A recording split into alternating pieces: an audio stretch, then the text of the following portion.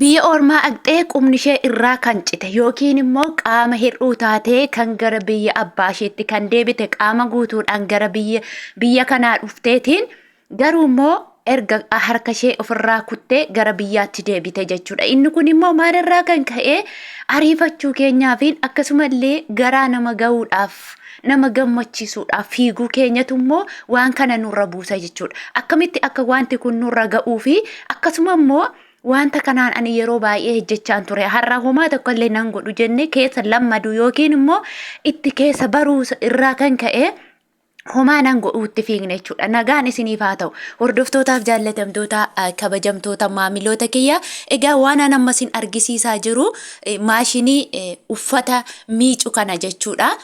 Maaliif nutti argisiista nuyi hin beekna itti hojjechaa turre waggaa 5 waggaa 6 jettanii baay'een keessan kan beektan jechuudha. Na otuma beekaniiti bineensu otuma madaksanii gaaf tokko nama nyaata jechuudha. Bineensumti ati nan nyaatu jettee itti amantu gaaf tokko nama nyaata jechuudha. Kanaaf obboleettii keenya kan qubashee irraa cite jechuudha.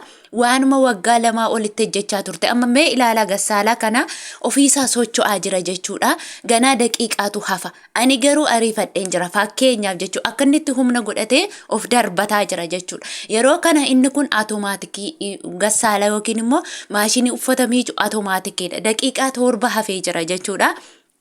Ani kallattumaan obbane harka koo xilliq itti godhee waan ganna dhiisuu hin qabu jechuudha. Keessattuu immoo warreen automaatikii fayyadamtan otoon taane otoo hin cufeen amma ani cufeeran jira jechuudha. Ergan cufeen harka koo keessa liccisiisa malee ariifadhee biggi godhee banee yoon akkasitti harka koo keessa liccisiise wanti sun ni naanna'a jechuudha. Yeroo naanna'u harka kee bichaa muruu quba tokkittee muruu bichaa otoon taane guutummaa harka kee lamsheessuu ni danda'a jechuudha. Obboleettiin keenya kan qubni ishee irraa cite suuraa tambineelii irra argitan kana jechuudha. Maashinii isa harkaan iddoo tokkotti miicee kaatee harkaan immoo keessaa baaftee bakka cuunfamu sana geessitu jechuudha. Inni baay'ee maxifoo jenna maxifoodha.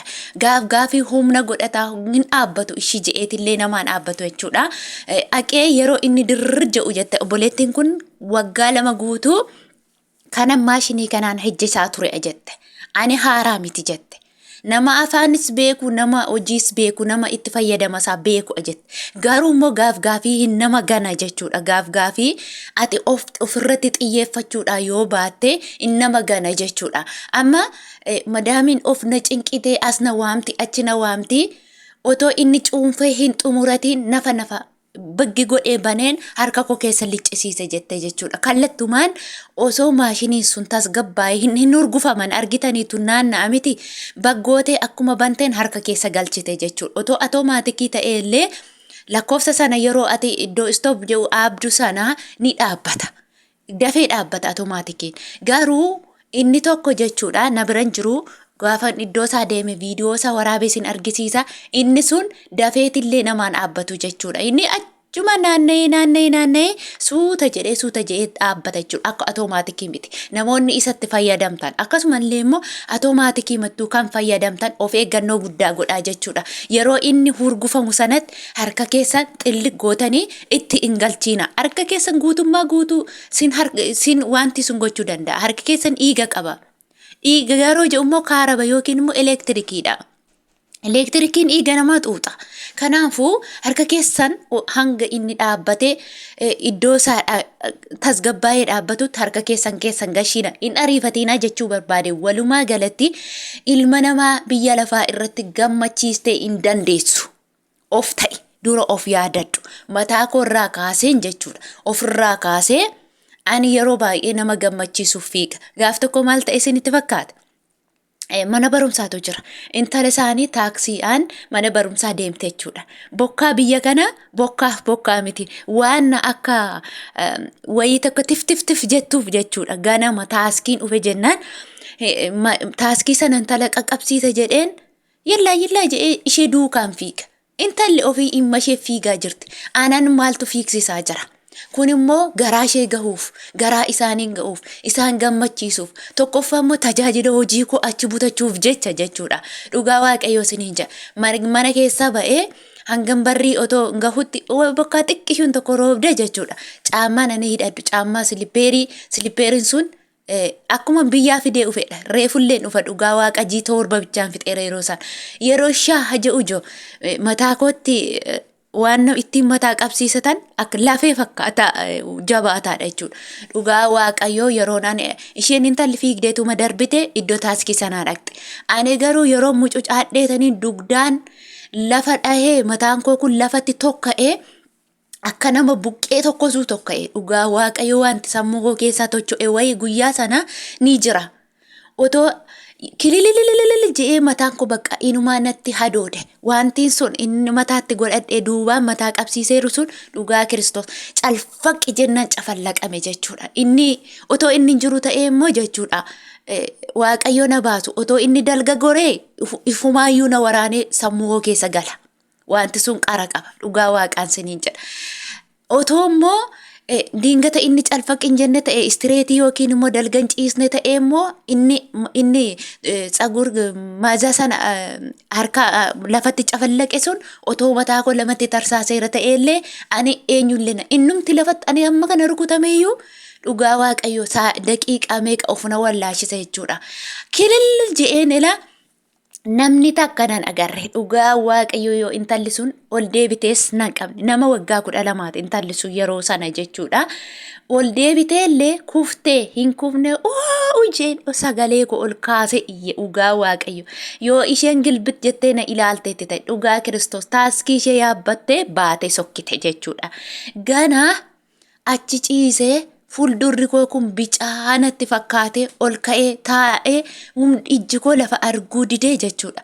Bicaanatti fakkaatee lafti natti dukkanaa'ee taa'ee hanga fuulli koo fuuldura koo ifti ufutti achuman taa'e jechuudha.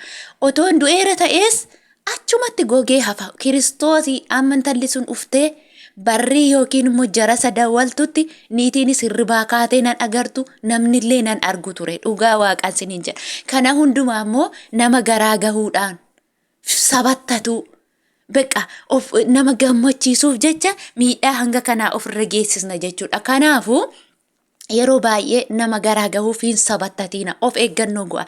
Of ta'aatiin dura booddee namaaf ta'a. Akkasuma immoo saabunaa jechuudha. Warri gasaalaatti yeroo naqxan saabunaa taayidii. Saabunaa taayidii inni kun taayidii mata'ee adiidha jechuudha. Yeroo kan asii gadee uffatatti yoo naqxan uffatarraa buraan burree yookiin immoo uffata ni miidha jechuudha. Harkaan bulbulaa siniin jetti madaame.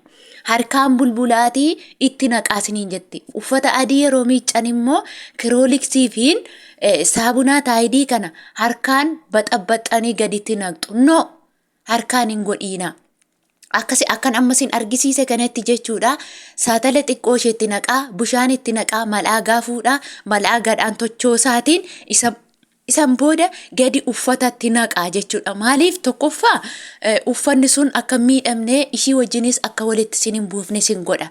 Lammaffaa immoo harki keessan ni miidhama. Maaliif ani yeroo baay'ee harkaan godhee harki koo goggogee walitti shushuun tuuree akka harka jaartii bar 90 fakkaatee shushuun tuuree hin dhiigasayyuu hin ciccitaa hin dhiigaa vaaziliinii ittan dibaa nan sukkuumaa homaa hin ciccite isumarra darbee jechuudha. Garuu ergan gaafan harka kootti taayidii sana gochuu dhiisee asii milaagaadhaan tochoosee ergasiiti harki koo fayyaa jechuudha. Wantoota keemikaala qaban irraa harka keessanis eeggadha.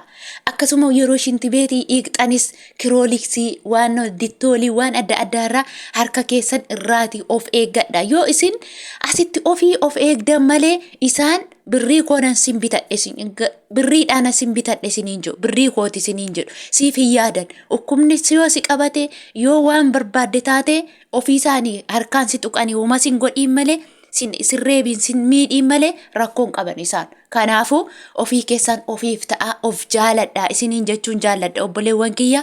Egaa viidiyoon har'aa barumsa isinii ta'a jedhee yaada. Akka kootti namni itti fayyadamtan itti fayyadamuu dandeenya.